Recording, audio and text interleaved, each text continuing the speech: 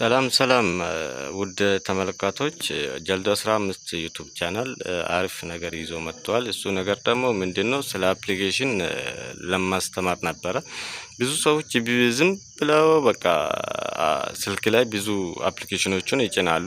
ግን ብዙ ከምንጭን ጥቅም ያላቸው አፕሊኬሽኖችን ብንጭን የተሻለ ነው እና እንደዛው ደግሞ አፕሊኬሽኖች ዝም ብለን ስንጭን ቫይረስ ወንቶ ብዙ ነገሮች ይገባሉ ወደ ስልካችን እና ይሄንን ደግሞ እንዴት እንጠቀም ስንል እናሳያለን። አፕሊኬሽኖቹ ምን ናቸው ጥቅም ያላቸው?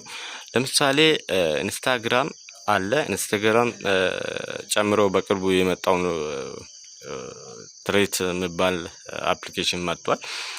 ኢንስታግራም ላይ ያለው ፍሎወር ብዙ ነገሮችን ትረት ላይ በጊዜ ጥቂት ጊዜ ውስጥ ማግኘት ትችላላችሁ።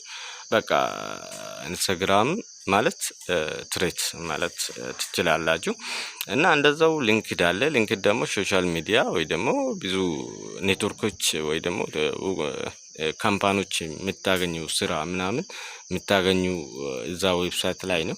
እንደዛው ዩቲዩብ ስንሰራ ደግሞ ቪዲዮ ኤዲት ስቱዲዮ ያስፈልጋል። እሱ ደግሞ ለቪዲዮ በጣም ጥቅም ያለው ትልቁ ኪን ማስተር ነው። ኪን ማስተር በጣም ለዩቲዩብ ቻናል ቪዲዮ በጣም